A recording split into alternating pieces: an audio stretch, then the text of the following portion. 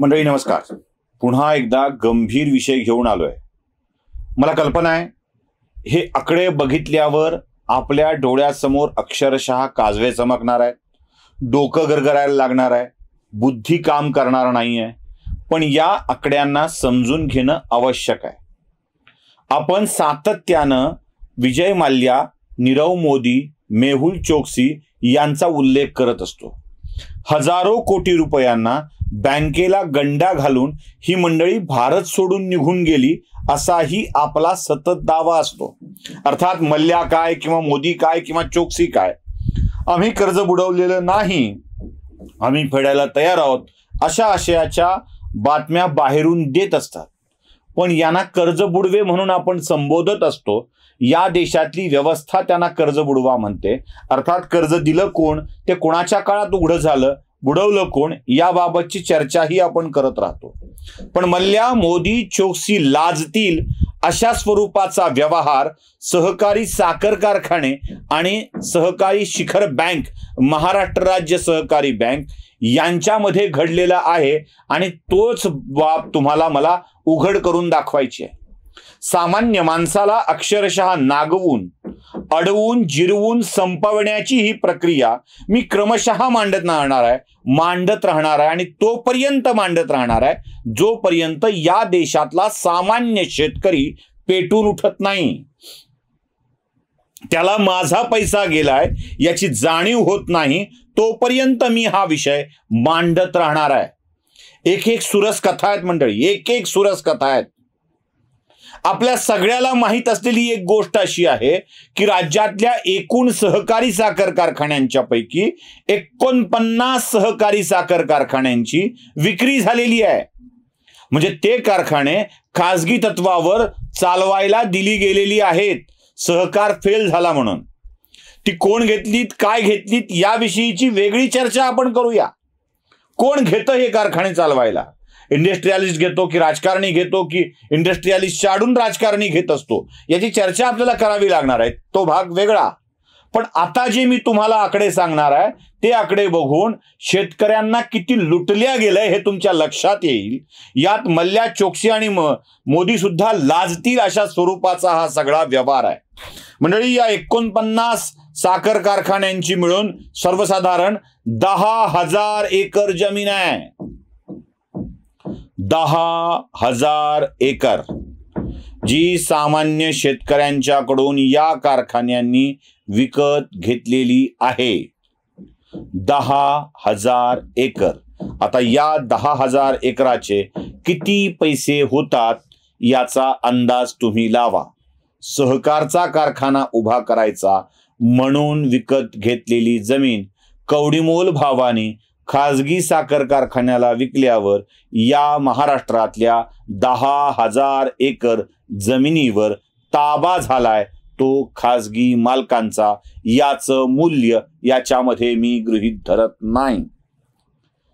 सामान्य माणसांची 10,000 एकर जमीन आहे हा भाग वेगळा. आणि त्यानंतर याच सामान्य शेतकऱ्यांनी पै जमा करून जे पैसे शेअर्स पोटी या 49 साखर कारखान्यांना दिलेले आहेत त्याची सर्वसाधारण रक्कम होते 1,700 करोड रुपये.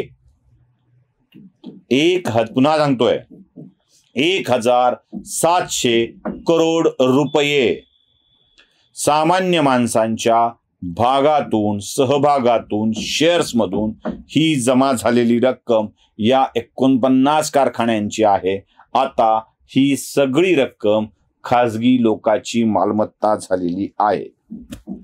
राज्य सरकारनं शेअर्सचं भांडवल म्हणून, भाग भांडवल म्हणून, शेअर्स भांडवल म्हणून दिलेली रक्कम, राज्य सरकारचा पैसा हा सामान्य माणसांचा पैसा असतो हे विसरू नये. मी यात बँकांकडून घेतलेली कर्ज गृहीत धरत नाहीये. शेअर्सची म्हणजे सामान्य माणसांनी थेट खिशातून दिलेली रक्कम 1,700 करोड रुपये आहे या 49 कारखान्यातली. राज्य सरकारनं शेअर भांडवल म्हणून दिलेली रक्कम ही 1,200 करोड रुपये आहे. 1,700 अधिक 1,200. National development corporation Delhi NDC हे देखील कारखान्यांना कर्ज देतं आणि या कर्जाची रक्कम आहे 600 करोड रुपये. एनडीसीच्या कर्जाची रक्कम, हा पैसा सरकारचा म्हणजे सामान्य माणसांचा, शेतकऱ्यांचा, ती रक्कम आहे 600 करोड रुपये. ऊस विकास निधीतून या कारखान्यांना दिली गेलेली रक्कम आहे 250 करोड रुपये. आकडा वाढत चाललाय, वाढतच चाललाय. त्यानंतर एक सेस जमा होतो प्रति पोते, तो 7,000 कोटीचा सेस असतो. तो 7च्या 7 या कारखान्यांचा नाहीये, पण या 49 कारखान्यांचा सेस म्हणून 600 कोटी रुपये आहेत. जो सेस आहे या कारखान्यांचा 600 कोटी रुपये. त्यासोबत 1200 कोटी रुपयांची रक्कम या साखर कारखान्यातील कामगारांना देणे बाकी आहे. एक उदाहरण म्हणून मी तुम्हाला सांगतो, एक उदाहरण, जस्ट उदाहरण म्हणून. कन्नडच्या साखर कारखान्यातील कामगारांच्या पगारी या विक्रीच्या व्यवहारानंतर देणे, पगारी जे काही असेल ते देऊन टाकावं असा आदेश न्यायालयाने दिला होता. 30 कोटीची रक्कम होती. 50 कारखाने आहेत, साधारण 1200 कोटी रुपयांची ही रक्कम होते. एकूणच रकमेत थोडंफार इकडे तिकडे होऊ शकेल, पण टेंटेटिव्ह या फिगर्स आहेत.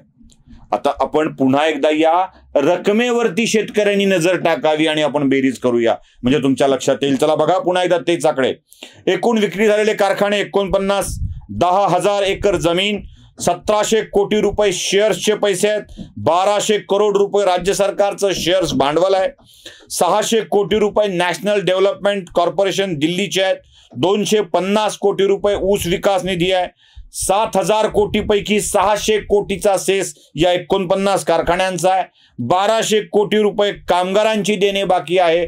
आता या सगळ्याची बेरीज केल्यावर 5,550 करोड रुपये या कारखान्यांचे आहेत, जे सामान्य शेतकऱ्यांचे पैसे आहेत. आता ही सगळी प्रॉपर्टी खासगी मालमत्तेची झाली आहे.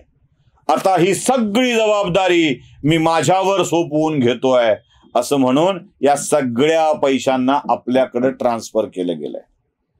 अहो, राज्यातल्या निवडक लोकांनी केलेला व्यवहार आहे हा. तुम्हाला माहित आहे 7 कारखाने अक्षरशः भंगारामध्ये विकल्या गेलेले आहेत, अक्षरशः भंगारामध्ये. त्याची वेगळी सुरस कथा मी तुम्हाला सांगणार आहे. ती वेगळी कथा आहे.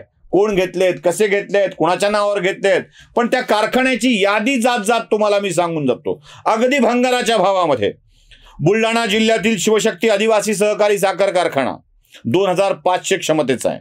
अकोला जिल्हा सहकारी साखर कारखाना, शेतकरी सहकारी साखर कारखाना अमरावतीचा, संजय सहकारी साखर कारखाना धुळ्याचा, सिंदखेडा सहकारी साखर कारखाना धुळ्याचा, राम गणेश गडकरी सहकारी साखर कारखाना नगरचा. या सगळ्या कारखान्यांची मशिनरी अक्षरशः भंगार भावामध्ये विकल्या गेलेली आहे, खराब म्हणून. याचं काय झालं याची वेगळी कहाणी मी तुम्हाला सांगणार आहे. याची क्रशिंग क्षमता, भिमता, या सगळ्या गोष्टी तुम्हाला मी पुढच्या भागात सविस्तर सांगणार आहे. या भस्मासुरांना रोखायचं असेल मित्रहो, भस्मासुर ह्या खाऊन टाकतोय, याला शुगर होत नाही, याला डायबिटीसचा त्रास नाही म्हणजे नाही. कडू कारलं खाऊन आलेली राजकारण्यांची ही जमात सातत्यानं हे उद्योग करताना आपल्याला दिसते आहे. मला 2 उदाहरणं सांगायची आहेत. श्रीलंकेमध्ये लोकांचा क्षोभ झाला आणि लोक श्रीलंकेच्या अध्यक्षाच्या घरात घुसली, बेडरूम पर्यंत घुसली, पळून जावं लागलं. महाराष्ट्रामध्ये एसटीच्या संपाच्या बाबतीत असंच झालं. लोक पवारांच्या घरात घुसली, तिथे गोंधळ घातला.